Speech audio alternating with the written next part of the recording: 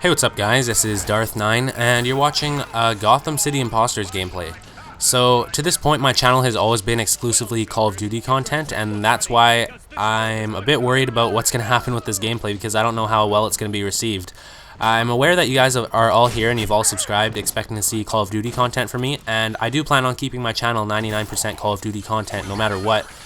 For the foreseeable future. But if you guys could please leave a rating on this video indicating whether or not you would like to see other games once in a while if I find something like this that I want to share with you, or if you'd rather I just keep it to myself and just stick to posting Call of Duty content, because no matter what I am going to play other games, and I just need to know whether or not you guys are interested in seeing them, because if you guys aren't interested in seeing other games, then what's the point of me posting something you guys aren't going to enjoy? So please, by all means, if you don't want me to post other games like this, then leave a dislike. I just want your honest opinion, and it'll help me decide what I'm going to do with my channel. So, thanks for doing that, guys. Now, let me tell you a bit about this game. So, this game came out on February the 7th, and when it first came out, I never really bothered to watch any gameplay because I heard it was about Batman, and right then and there, I thought, well, it's not going to be a game for me, but last Wednesday, I think, I went and watched some gameplay, and it actually looked really good, so I went and downloaded it, and sure enough, I've been playing it all weekend and have been having a lot of fun with it. So I actually do suggest you guys try this game out, but the one thing that I've noticed in a lot of reviews that I've watched is that they mention that it's 1,200 Microsoft points and that's it. But what they're planning on doing with this game is in a couple of weeks they're going to put in all these microtransactions, so you're going to be able to buy new weapons and new costumes and new maps and all this stuff. So keep in mind that it's going to become kind of like a microtransactions game, and what I think they've done here is they've kind of disguised it as an all-in-one package, and then they're going to sneak in the microtransactions so that everybody's already on board with the game. So I don't know how I feel about that. Let me know what you think. I've never really liked microtransactions, but in this case, like, the game's already really good and you get all this stuff. Like, I'm already fine playing the game like this. Like, when I have a problem with microtransactions is when the game's unplayable without buying more stuff within the game. Like, I'm sure you guys have all seen iPhone apps that say they're free, like they're in the free section, and then within the game you have to buy all this stuff. So that's the kind of stuff that pisses me off. But this is not that bad. I mean, it is kind of just like the developers supporting the game with DLC, but then again, buying the new outfits or costumes, like, that's, I don't know if that's going too far or not. Let me know what you think.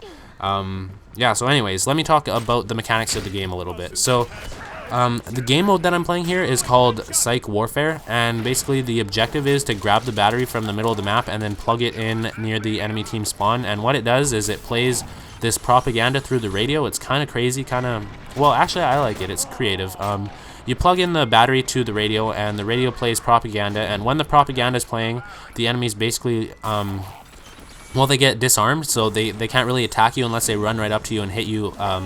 Like, they can only use their hands, so it's kind of like shooting fish in a barrel. The only thing is, with the sniper class, it's really hard to actually snipe the people because they tend to run around like run in circles, and it's really hard to keep up with them. So as you can see right here, they're not armed because the propaganda is playing, and my teammates are having no problem killing them. And me, on the other hand, it's a bit harder to shoot them down because of how unpredictably they're moving. But anyways, this is definitely the most fun game mode in my opinion. The team deathmatch in this game is really slow paced, and it just gets really boring, but this is a much faster paced game mode, and part of the reason for that is because the spawns are fixed, so you always know where to look for enemies. And on team deathmatch, like, when you don't really know where the enemies are going to be, you end up kind of looking all over the place, and sometimes you never find the enemies. So I don't know, I really like game modes with fixed spawns. I think it makes it a lot faster paced, but I can see how if you're playing with the full team, you might be able to abuse the spawns, kind of like demolition in Call of Duty, because the spawns are fixed, so you can just stand there and probably watch them spawn if you get a full team together and block all the spawns. So anyways, in this game, it actually does take a lot of shots to kill people because there are different body sizes with different amounts of health, sorry, and how it works is basically the smaller body types can move faster, but they have less health, and the bigger body types can move, well, they move slower, but they have more health. So it is kind of a pain to try and snipe the bigger body types, and you'll notice in this gameplay there's only like one guy with the big fat guy, because it's kind of hard to get a gameplay when everybody's using the fat guy, because it takes like three snipes to kill the guy. So the majority of the people in this lobby are using the medium to smaller body size, and that's just how it basically needs to be in order to get a sniper gameplay in this game. But there are some things you can kind of do to try and get around it.